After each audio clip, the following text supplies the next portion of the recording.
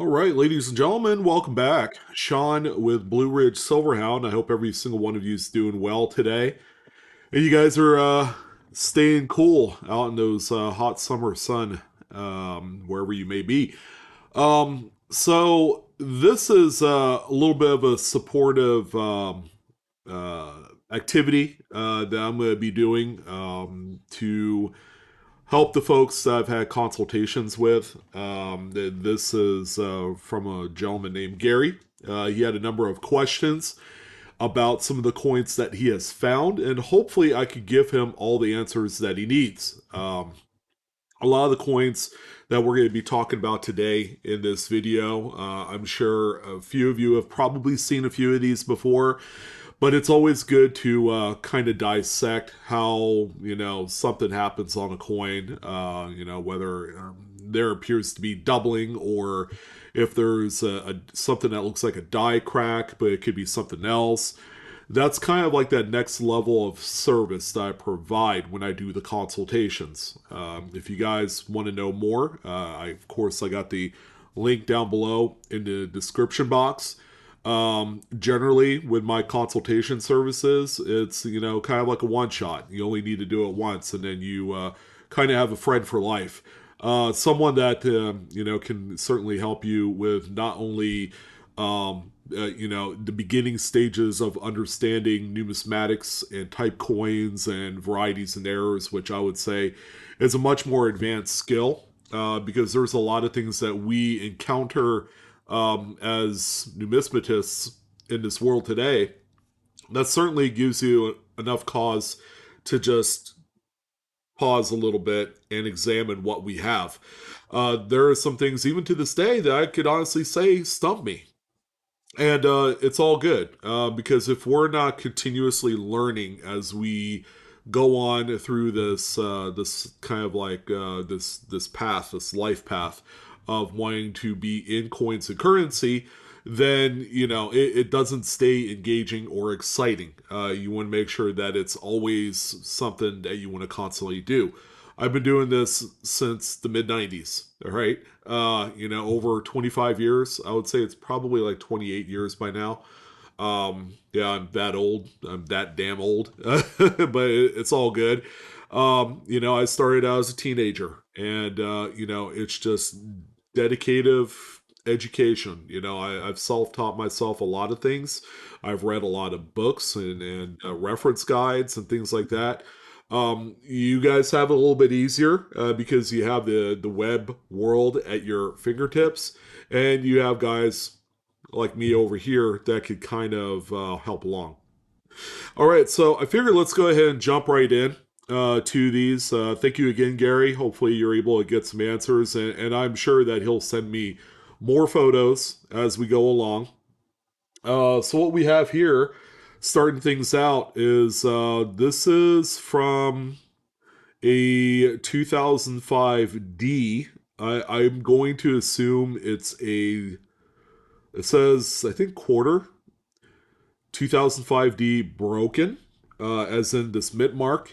So when we go to examine it even further closer, there's a few things that me personally probably indicates that this might be post mint damage, and that's going to be this thing here under the mint mark. All right, which is a pretty hefty contact mark that falls right in line to these depression areas on the mint mark.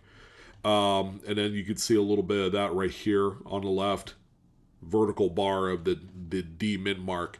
So that's what I'm leaning towards. I don't have a full photo of the coin, which I'd probably like to see, just to get an overview of what the rest of the condition of the coin is.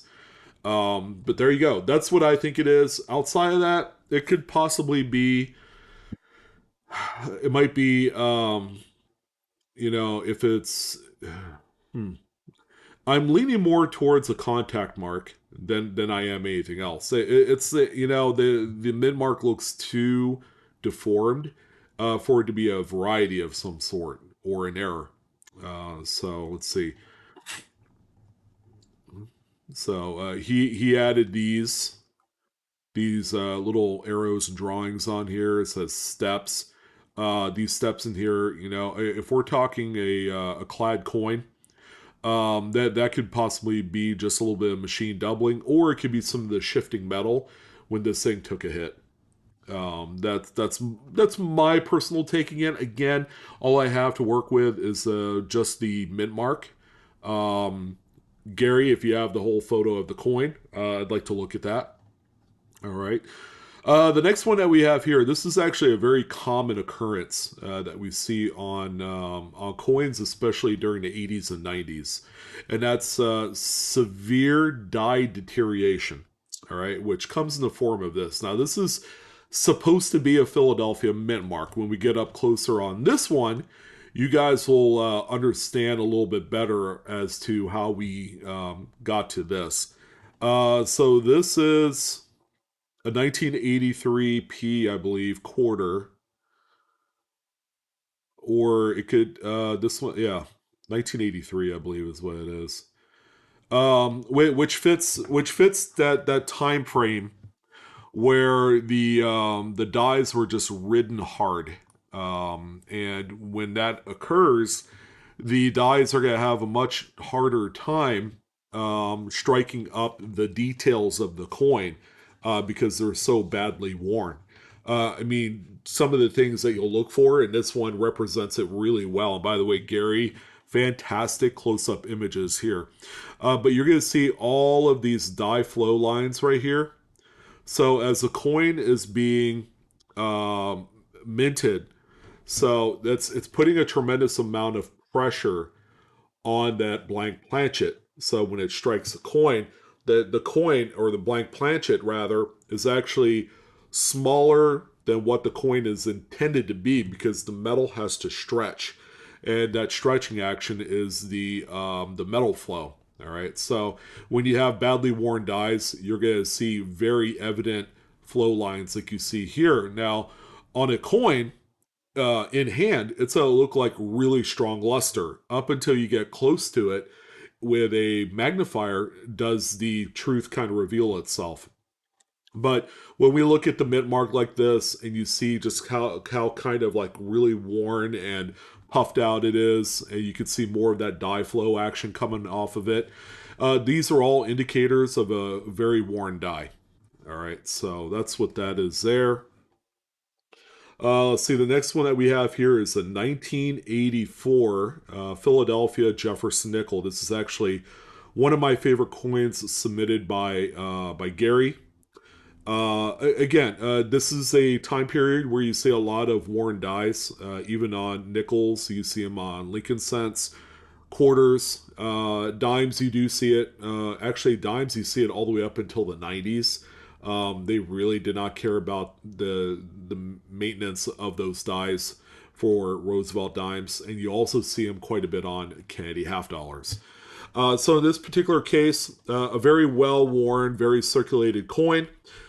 Keep in mind, circulation wear sometimes can trip up new collectors into being something that it's not. But in this particular case, you'll notice kind of like a fat rim that goes around the edge of the coin, and that he is actually onto something. When we look at the edge is supposed to be smooth all the way around, but this one has kind of a stepped feature to it. And in this particular case, this is actually a partial tilted collar. Here's a much better picture of that edge right there. So the collar was slightly tilted a little bit. The collar is a big fat ring. It's actually very chunky and sturdy and durable, but in a sense, it's its own die as well. And it keeps the coin in the striking chamber to prevent things like broad strikes and off center strikes. So when the collar isn't completely engaged, maybe it's a little bit tilted, you're going to get some of that tilting, or kind of like that line, that stepped line on the edge of the coin.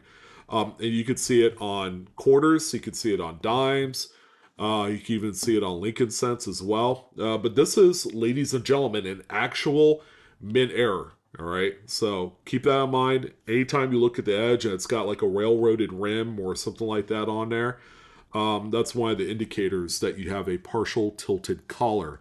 Now, we're not going to talk about values here in this video because values fluctuate, and this is for entertainment purposes only.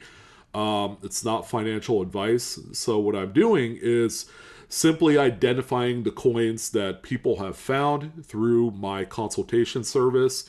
And again, this is something, if Gary sent me another 20 pictures, I'm probably going to do another video on Gary's stuff. So, just to let you guys know the level of involvement that I have with you after the first initial consultation, the amount of information and having me at your fingertips should be relatively invaluable. I'm not one to kind of toot my own horn when it comes to my ability to talk about things that we see in our pocket change. But at the very least, I do present a lot of content. I want to be as intelligent as I possibly can because I feel like I am one of those subject matter experts that you can depend on. All right, so that's important. It's about being a dependable person in the hobby.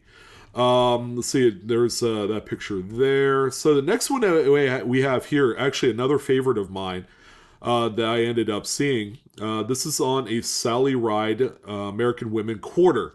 And this is again an anomaly that we saw quite a bit of last year when this was released. But this, ladies and gentlemen, is a strike through right here. So this is Washington's ear, and this is his hair, and then this is his neckline. This, my friends, is actually a strike through. It's a combination of oxide grease and debris bits, dirt and metal shavings and things like that, which all contribute to a hardened clump of grease that gets shifted around, with the feeder finger. The feeder finger actually feeds the planchet into the striking chamber before it's struck.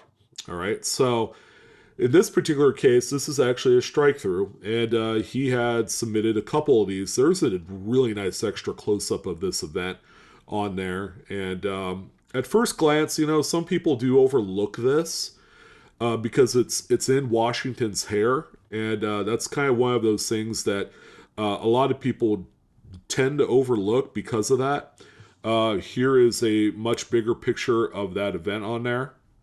As you can see, this strike through event goes into the motto, "In God We Trust" as well. There's an even better close up of "In God We Trust" and the ponytail and the back of neck area on Georgie Boy there. There's another good one there. Again, Gary's using the little pencil tool to outline, this anomaly, and that is indeed a good one. That's a great one there. All right, coming up next, our next subject coin is going to be this 2018 Apostle Islands um, American Park Quarter. Let me get to this one here. So Gary states that it looks like a die crack or a crack of some sort, and it's a Philadelphia minted coin. And he had put in a few reference photos there in red arrows about what he's talking about. But when you see this here, and it has a regular ridge on that rim there, what I believe this is a rim fin that had folded over during the strike. All right, and that's why it looks like that right there. Um, it's a common occurrence on coins, especially coins that exhibit reeds on the edge, those little lines, the grip lines. But you also see him on Lincoln Cents and Jefferson Nickels. I believe he has a Jefferson Nickel with this same anomaly on there. It's just a whole lot stronger. Um, but that is what I believe this one is simply just a folded over rim fin when the coin is struck. The metal flow from the coin will go up the side of the collar and the die, creating a fin. And then, at any one point, that could get folded over. It could be a very negligible rim fin, the thing that's standing up there, or it could be a larger rim fin. So yeah, pretty neat to see. Unfortunately, It doesn't contribute a whole lot in the desirability department. Again, people who are into error coins in this community, they know what this is, and they tend to not have a whole lot of interest. And it's still up for debate if it's really a true, genuine mint error. So I think with things like these, it really depends on how crazy or how long the rim fin is. Now this one right here, this is very similar to what we see in 1980s and 1990s Lincoln Memorial cents. So on this quarter, you could see this kind of raised ridge around the edge of the coin. It even goes through the letters. Let's see, right here. So you could see some of that ridging going through the letters, but not up on the letters in relief, just in the field area, the flat areas around each letter. You could see that ridge. There's a few arrows. That one's really good. So he had put another coin right next to it. It looks like it could be a Lincoln cent. Kind of hard to say, or it could be another quarter. Um, but you could see that ridge going all the way across there through the letters. All right. And then, so that's a nickel, and that's a quarter. All right. So on this particular one, Gary had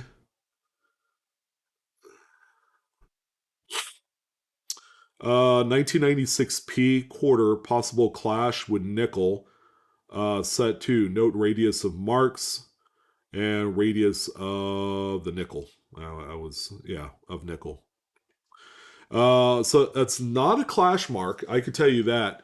Again, something similar to what we see on Lincoln Sense, and it's very similar to this. This is what they call ridge ring, which is a type of dye deterioration. Again, these dyes. This is from the 90s, so the dyes were being rode hard even during the 90s, and it really didn't improve until the onset of the state quarter series. They actually changed things up quite a bit when they did that series, and there was a whole lot of attention paid to the series itself that they absolutely needed to knock it out of the park quality wise. So you didn't see too much of this stuff. But that's dye deterioration, again, commonly referred to as ridge ring. And let's see, we have a 1939 Jefferson nickel. All right, nice little earlier dated coin here. And let's see what we got here. Pretty well circulated. I don't see the double to die reverse on this one. I was kind of hoping I would see it. The FS 801, which is commonly referred, and you can only find it on the 39p nickels. Um, so the area in question is this here, um, which he thought was, it says bar over unum. So this is on e pluribus unum on the reverse. So it's got some sort of like raised bar above the N and U in unum. Uh, Although, unfortunately, from what I see here, this nickel took a little bit of a hit here on the rim. And I don't know if this is indicative of what this could be. It does look like a little bit of a lamination piece, or it could just be a byproduct of whatever scraped off the edge here at one point, and that looks old. So if some of this metal was scraped off of the edge of the coin, then maybe it got pushed into this area here. There's a channel or a crevice that separates the letters to the rim. Or on another note, it could be a lamination peel or an attached lamination, not a peel, but an attached lamination. Or it could be another rim fin, a very, very small kind of like targeted rim fin in that area that had folded over during a strike process or what have you. Um, there's another better picture right there. But again, this right here, if this was not here, this scrape or contact mark on the rim, that I might change my tune on what this could be. But I'm thinking it's a collection of some of that metal that was scraped off the edge here that had settled into this channel. Um, Again, some folks don't think about that, but it could be. Um, Best case scenario could be a lamination, an attached lamination. But even a lamination of that tiny size, it doesn't pose a whole lot of secondary market desirability. 1998 Washington Quarter is what we have next here. And let's see if this one is odd surface on reverse below eagle. Okay, I like this one actually. So in this, excuse me, in this particular shot right here, we're gonna focus in this area under the tail feathers, and this is what he had found. So you can see some lines that are parallel to each other in this protected area between the eagle's legs and under the right side of the wing. All right, so that is what he is referring to. All right, and then this is cool. This little spike-looking thing right here. Although I might be thinking that that could be part of the design. You know, now that I see it on my smartphone, it could be. But these are feeder finger scrapes. All right, and again, this is a nice earlier date for this, 1998. It's a Denver. It looks like a Denver. Oh, Philadelphia, 98p. So the feeder finger made contact with the top of the die surface, thereby kind of creating these these scrape lines that are parallel to each other. And in this case, they're a nice diagonal look on there. It looks like rainfall coming down, like driving rain. And then finally, we have a 1984 D Lincoln Memorial Cent. I believe this might be the last coin. This is a Denver. Um, Another Gary oddity, 1984 D penny with ridge through head. I have no idea what this is called or how it is formed. All right, so first things first. On these post 1982 Lincoln cents, okay, we have to keep in our mind that these are copper coated zinc. All right, they're not full copper with a little bit of tin or zinc or whatever that was prior to 1982.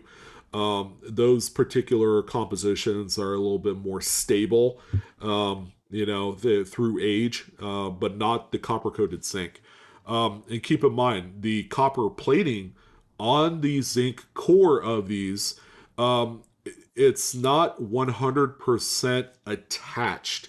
All right, there's always the chance that you get some dirt or impurities between the plating and the surface of the zinc core that's in these, which happens quite frequently, more than you know, which, because of that, it creates plating blisters. Okay, in this case, that's what we have here. We have something called a linear plating blister, which means in this particular area, underneath the surface of the copper, there was a striation of stuff. It could be I don't know how they're prepared per se as far as the zinc core for those strips, but I would imagine that prior to the plating of these, it's probably gone through other processes, and then sometimes if you have like a dirty roller or something that swipes up against the zinc core of the coin before, or the planchet before it is plated, you will have that impurity in there. All right, so there's another good look. You can see the plating blister. It's raised. I'm willing to bet dollars to donuts if you took like a toothpick and you poked at it, it's going to be soft. All right, that's always something you can do. It's not going to hurt the coin at all. As a matter of fact, if you kind of like flatten it out with a toothpick, more likely it's a bubble back up after a few weeks. So there's a reverse right there. Just a very well circulated coin. Again, plating blisters are par for the course on the Lincoln Cent series beyond 1982. So hopefully that helps there. And I think that this might be the last one, but Gary seems to think that he found a double to die, or could it be strike doubling? Now, in this particular case, it kind of tricks you a little bit. If you're not familiar what the difference is between what a genuine doubled die is and what strike or machine doubling is, there's a little bit to learn here. So what we can figure out by looking at this, all right, we do see some flat shelf-like features on the doubling part. We even see it right here on the right side of the U, just a flat. It appears to be doubled, but in reality, what we have here is machine doubling. All right, so it's a shift of the die during the strike process that actually damages shifts when the die recedes after the strike. It actually shifts a little bit because the die has a little play. It just needs to be tightened. Again, this is all part of the wear and tear of the machines. A screw gets loose or a machine part, gets really loose. And that's, these things are cranking out hundreds of coins every hour. All right. So you can almost imagine the work that these machines put in to create, a few 100,000 coins in a day. So there's a lot of rigorous, wear that occurs. And part of that is, some of the parts become a little loose, and that includes the die. Both dies, both the hammer and anvil dies, eventually they get a little bit loose. So here's another good one here. He drew a few photos showing the shelf doubling on there. If you guys want kind of a comparison as to the difference between machine doubling and genuine doubling, hub doubling, 1964 DDR FS801 Lincoln sent on PCGS. So when you look at this, check out the doubled serifs on the S on this true doubled die, and you can see all of the multiple serifs, the notching on most of the letters on there. So it has to show that obviously, and then the obvious splits that are not shelf-like or stepped. That's going to be equally important as well. All right, so um,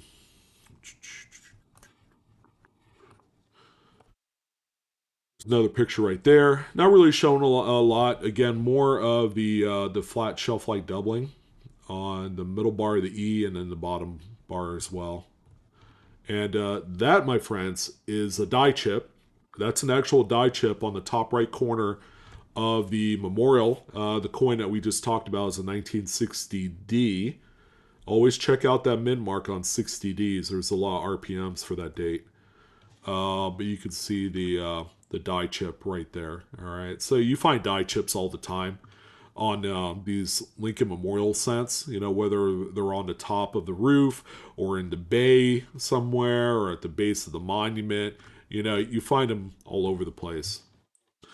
86p Jefferson nickel. Let's see, I think we might have one more here.